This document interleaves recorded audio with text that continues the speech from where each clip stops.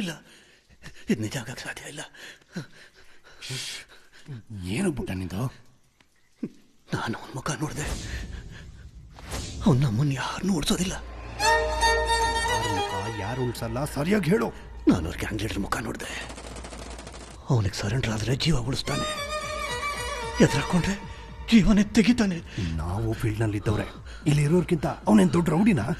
ಡಾನ್ಗಳು ರೌಡಿಗಳು ಬಂದರೆ ಬರೀ ಭಯ ಇರುತ್ತೆ, ಇವನು ಬಂದರೆ ಭಯಂಕರವಾಗಿರುತ್ತೆ.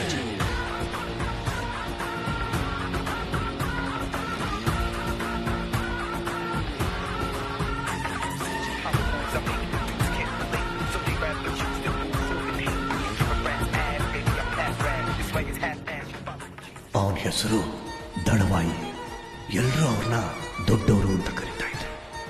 ಆವತ್ತು ರಾಜ್ಯದಲ್ಲಿ ದೊಡ್ಡವ್ರ ಹೆಸರಿಗಿದ್ದ ಭಯ ಮತ್ತು ಬೆಲೆ ಬೇರೆ ಯಾರಿಗೂ ಇರಲಿಲ್ಲ.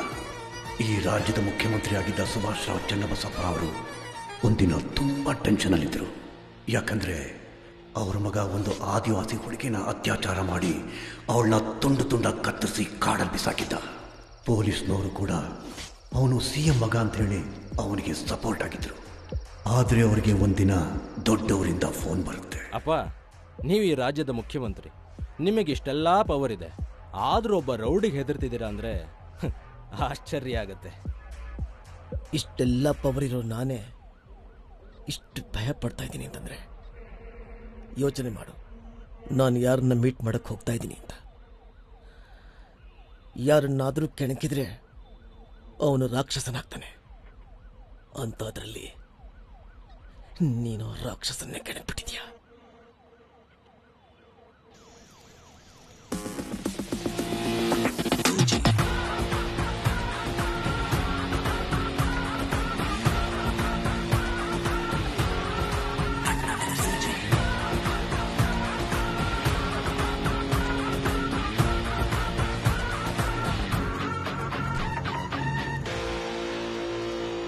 ಅಣ್ಣ, ನನಗೆ ಗೊತ್ತು ನೀವು ನನ್ನನ್ನು ಇಲ್ಲಿ ಯಾಕೆ ಕರೆಸಿದ್ದೀರಾ ಅಂತ. ಏನೋ ಚಿಕ್ಕ ಹುಡುಗ, ಗೊತ್ತಿಲ್ಲದೆ ತಪ್ಪಾಗೋಗಿದೆ. ನೀವೇ ಅವನ್ನ ಕ್ಷಮಿಸ್ಬೇಕು. ನೀವೇ ಇದನ್ನ ದೊಡ್ಡದು ಮಾಡಿದ್ರೆ ನಾಳೆ ನನ್ನ ಅಧಿಕಾರ ಹೋಗುತ್ತೆ. ಇಷ್ಟು ವರ್ಷ ಆದರೂ ನೀನನ್ನು ಪೂರ್ತಿಯಾಗಿ ಅರ್ಥನೆ ಮಾಡ್ಕೊಂಡಿಲ್ಲ. ನೀನು ಹೆದರ್ಬೇಕಾಗಿರೋದು ನಿನ್ನ ಅಧಿಕಾರ ಹೋಗುತ್ತೆ ಅಂತಲ್ಲ, ನಿನ್ನ ಪ್ರಾಣ ಹೋಗುತ್ತೆ ಅಂತ. ಅಣ್ಣ, ಇವನ್ನ ಬೇಕಾದ್ರೆ ಸರೆಂಡರ್ ಆಗೋದಕ್ಕೆ ಹೇಳ್ತೀನಿ. ಆ ಹುಡುಗಿಗೆ ಎಷ್ಟು ಬೇಕಾದ್ರೂ ಕಾಂಪನ್ಸೇಷನ್ ನಾನು ಕೊಡ್ತೀನಿ. ಇವನ್ನ ಏನು ಮಾಡಬೇಡಿ. ಅಪ್ಪ, ನಾನ್ಯಾಕಪ್ಪ ಸರೆಂಡರ್ ಆಗಲಿ? ಬೇಕಾದ್ರೆ ಕಾಂಪನ್ಸೇಷನ್ ಜಾಸ್ತಿ ಕೊಟ್ರಾಯ್ತು. ಎಷ್ಟು ಬೇಕು ಅಂತ ಕೇಳಿ ಅಷ್ಟು ಕೊಟ್ಟು ಸೆಟ್ಲ್ ಮಾಡೋಣ. ದುಡ್ಡು ಕೊಟ್ರೆ ಎಲ್ಲ ನೋವು ಕಡಿಮೆ ಆಗುತ್ತೆ. ಅಣ್ಣ, ಇವನಿಗೆ ನಾನು ಒದ್ದು ಬುದ್ಧಿ ಹೇಳ್ತೀನಿ.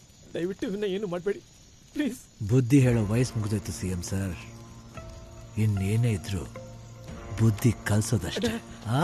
ಎದ್ದೇಳಿ CM ಸರ್. ಬೇಕಾದ್ರೆ ನಾನು ನಿಮ್ಮ ಕಾಲು ಹಿಡಿದು ಬಿಡ್ಕೋತೀನಿ. ಇವನ್ನ ಏನು ಮಾಡಬೇಡಿ.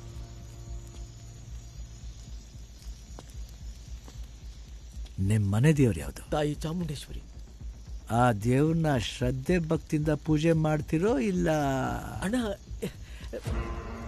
ಒಂದು ಹೆಣ್ಣು ದೇವ್ರನ್ನ ಭಕ್ತಿಯಿಂದ ಪೂಜೆ ಮಾಡೋ ಯಾವನು ಒಂದು ಹೆಣ್ಣತ್ರ ಅಷ್ಟು ಕ್ರೂರವಾಗಿ ನಡ್ಕೊಳ್ಳೋದು ಸಾಧ್ಯನೇ ಇಲ್ಲ. ಅಣ್ಣ, ಏನೋ ನಶೆನಲ್ಲಿ. ನಶೆ? ಪ್ರತಿ ತಪ್ಪಿಗೂ ಒಂದು ತಪ್ಪು ಕಾಣಿಕೆ ಅಂತ ಇರುತ್ತೆ. ಅದೇನು ಅಂತ ಹೇಳಿ ಅಣ್ಣ, ನಾನು ಸೆಟ್ಲ್ ಮಾಡ್ತೀನಿ. ಎಷ್ಟು ಕೊಡ್ತೀರಾ? 10 ಕೋಟಿ. 20? ಅಣ್ಣ, 30 ಕೋಟಿ. ಹಾಳಾಗಿ ಹೋಗ್ಲಿ, 50 ಕೋಟಿ ಕೊಡ್ತೀನಿ. ಸೂರಜ್, ಅದಕ್ಕಿಂತ ಜಾಸ್ತಿ ಆ ಬೇವರ್ಸಿಗೆ ಯಾವನ್ ಕೊಡ್ತಾನೆ? 5 ಲಕ್ಷ ಬಿಸಾಕಿದ್ರೆ ಅವಳೇ ಬಂದು ನನ್ನ ಪಕ್ಕ ಮಲಗಿರೋಳು.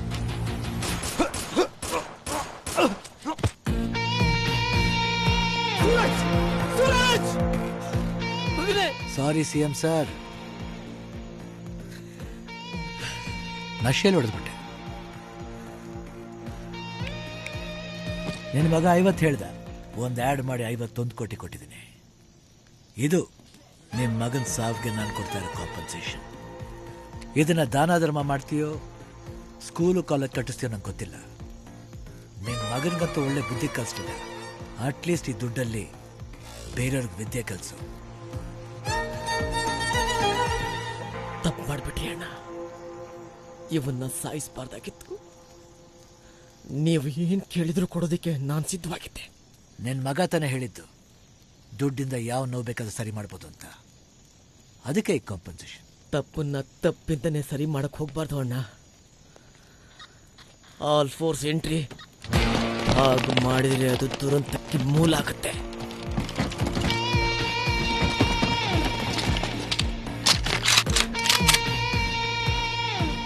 ಎಲ್ಲ ತಯಾರಿನೂ ಮಾಡ್ಕೊಂಡೇ ಬಂದಿದೆಯಾ?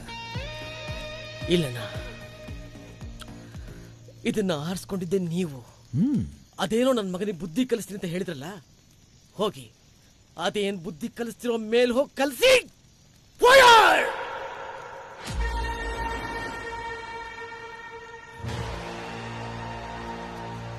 I said fire!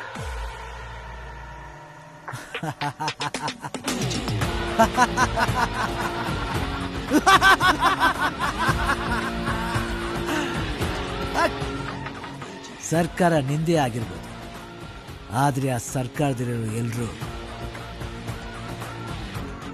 ನೀನೆಷ್ಟೇ ದೊಡ್ಡ ಮಂತ್ರಿ ಆದರೂ ಇತಿಹಾಸದಲ್ಲಿ ಸೇನಾಧಿಪತಿಗಳ ಮಂತ್ರಿಗಳ ಮಾತು ಕೇಳಿದ ಉದಾಹರಣೆ ಇಲ್ಲ.